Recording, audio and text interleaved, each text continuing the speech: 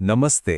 आज हम बात करेंगे रविंद्रनाथ टैगोर के उस ज्ञान की जो समय से परे है। मतलब एक ऐसी आवाज जो आज भी उतनी ही ताकतवर है जितनी वो सदियों पहले थी। तो चलिए शुरुआत करते हैं टैगोर के एक बहुत ही खूबसूरत विचार से। वो कहते हैं कि जिस इंसान ने ये जानते हुए पेड़ लगाया कि वो कभी उसकी छांव में नहीं बैठेगा, असल में बस उसी ने जिंदगी का मतलब समझना शुरू किया है। यानी सच्चा मतलब दूसरों के लिए कुछ करने में है, भले ही उसका फायदा हमें सीधे सीधे ना मिले। और जानते हैं, यही सोच हमें टैगोर के फलसफे के बिल्कुल दिल में ले जाती है, जो है आनंद की खोज।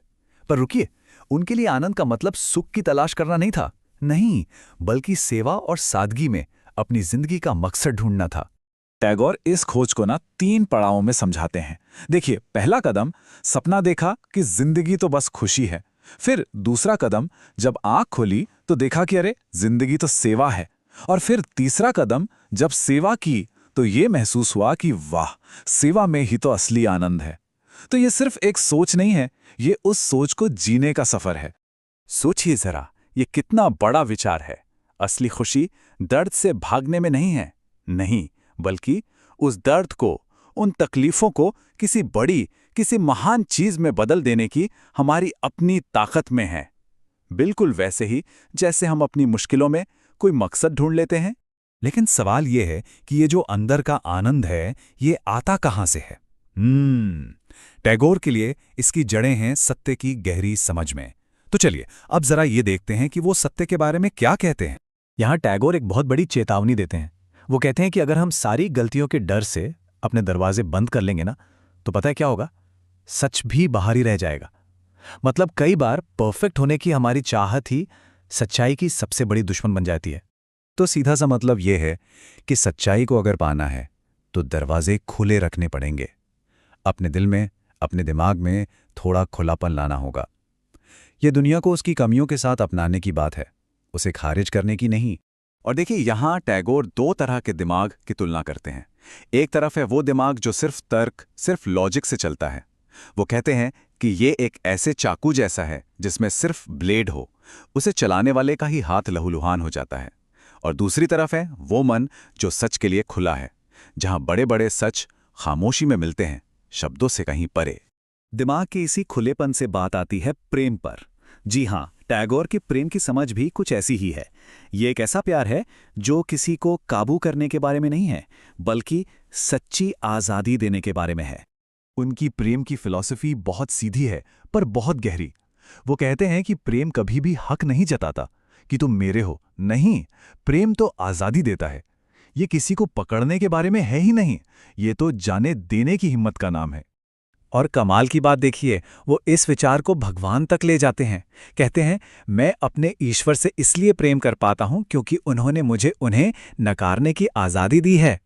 सोचिए, सच्ची भक्ति भी तभी है जब ना कहने की भी आज़ादी हो। असल में ये सब कुछ चुनने की ताकत के बारे में है।